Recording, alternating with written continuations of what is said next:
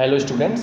So today we are going to continue our history chapter number 1, Rise of British Rule in India. So अभी तक हमने देखा Turkish Muslims का कैसे Constantinople पे उन्होंने अपना अड्डा जमाया, रास्ता क्लोज कर दिया था।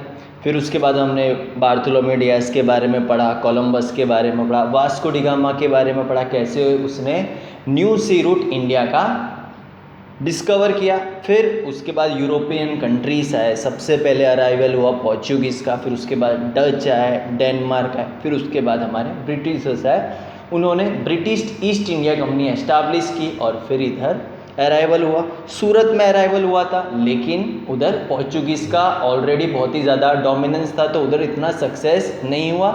फिर उसके बाद हमारे जो दिल्ली सल्तनत के जो राजा थे जहांगीर, उन्होंने ब्रिटिशर्स को उधर ट्रेडिंग करने का परमिशन दिया। अब देखते हैं उसके बाद क्या होता है।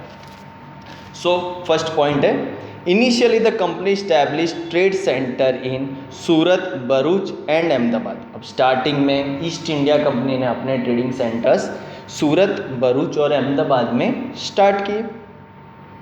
नेक्स्ट पॉइंट है, but due to the strong presence of Marathas in this region the company sense danger to its existence. But ये तीनों रीजन में, भरूच, सूरत, अहमदाबाद में महाराष्ट्र मराठाओं का बहुत ज़्यादा डोमिनेंस था, इसलिए ब्रिटिशर्स को थोड़ा उनसे खतरा लगा, तो उन्होंने अपने जो सेंटर्स थे वो चेंज किए। They moved their centres, hence they move towards south and east direction, और फिर वो इंडिया के साउथ और ईस्ट में उन्होंने अपने नए सेंटर्स एस्टाब्लिश किए। किधर किधर किए देखते। Where they set up their centres in Machilipatnam in Andhra Pradesh, Saint George in Chennai and Fort William in Calcutta. ये तीनों जगह उन्होंने अपने नए ट्रेड सेंटर्स एस्टाब्लिश किए। और इसका हेडक्वार्टर क्या बना, Mumbai became their headquarter in 1687 AD। ये बहुत इंपॉर्टेंट क्वेश्चन है, आ सकता है MCQs ट्रू और फॉल्स या वन सेंटेंस में। ईस्ट इंडिया कंपनी का हेडक्वार्टर बना मुंबई 1687 AD में। सो नेक्स्ट पॉइंट है, अभी ब्रिटिश ईस्ट इंडिया कंपनी की बात कर रहे थे। ब्रिटिश ईस्ट इंडिया कंपनी के बाद एक और कंपनी स्टैब्लिश हुई, French East India company. The French East India company arrived in India for trade in 1668 AD। French लोग आए थे इंडिया में, उनका अराइवल हुआ 1668 AD में। ये भी बहुत इंपॉर्टेंट क्वेश्चन है, डेट याद रखना है। इनके अराइवल के बाद क्या चेंजेस है वो देखते हैं आगे।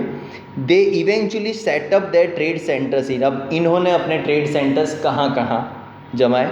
फर्स्ट है माहे, सेकंड है करिकल, थर्ड है पौंडीचेरी, फोर्थ है चंद्रनगर, फिफ्थ है मछलीपट्टनम। ये भी इंपॉर्टेंट क्वेश्चन है, पांचों पॉइंट हमको याद रखने हैं।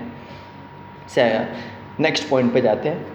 In the 18th century, the English and French were constantly busy establishing their rule in entire world and conquering more territories. अब 18th century जब चालू हुआ तो हमारी जो इंग्लिश की थी ईस्ट इंडिया कंपनी और फ्रेंच की थी फ्रेंच ईस्ट इंडिया कंपनी, दोनों बिजी हो गए अपने टेरिटरी, अपने ट्रेडिंग सेंटर्स पूरे वर्ल्ड में, पूरे इंडिया में एस्टाब्लिश करने में। अब दोनों कंपनियों का, ब्रिटिश का, फ्रेंच का, British East India company, French East India company, बहुत ज़्यादा कंपटीशन बढ़ गया था, तो कुछ वॉर्स हुए थे इनके। देखते आगे, डिटेल पढ़ते हैं। Between 1746 and 1763 there were 3 Karnataka wars between French East India Company and British East India Company. ये दोनों कंपनी के बीच में वार्स लड़े गए, 3 वार लड़े गए। वार का नाम था कर्नाटका वॉर्स। कौन से ईयर के बीच, 1746 to 1763 in India which the French East India Company lost. और ये war French East India Company हार चुकी थी, उनकी हार हुई थी। ये भी इंपॉर्टेंट पॉइंट है, अपने को नोट करना है। Thus the expansion of British East India Company became easy. और इस कारणवश जो ब्रिटिश ईस्ट इंडिया कंपनी है उसको जो इंडिया में अपना टेरिटरी, अपने जो ट्रेड सेंटर एक्सपांड करने में बहुत ज़्यादा ईजी रहा।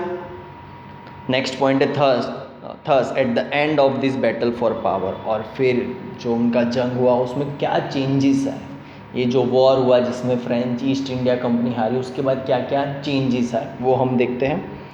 पहला चेंज आया था, Portuguese where left with Diu, Daman and Goa. Portuguese के पास सिर्फ 3 ही सेंटर रह गए थे, दीव, दमन और गोवा। सेकेंड है French had their trade centres at Chandernagore, Mahe, Karaikal and Pondicherry. और फ्रेंच वालों के पास सिर्फ चंद्रनगर, माहे, करिकल और पौंडीचेरी में ही ट्रेड सेंटर्स रह गए थे। बाकी सारे ट्रेड सेंटर्स का डोमिनेंस इंग्लैंड या ब्रिटिश ईस्ट इंडिया कंपनी के पास चले गया था। नेक्स्ट पॉइंट है the Dutch had to leave for ever. और डच को इंडिया छोड़ के जाना पड़ा।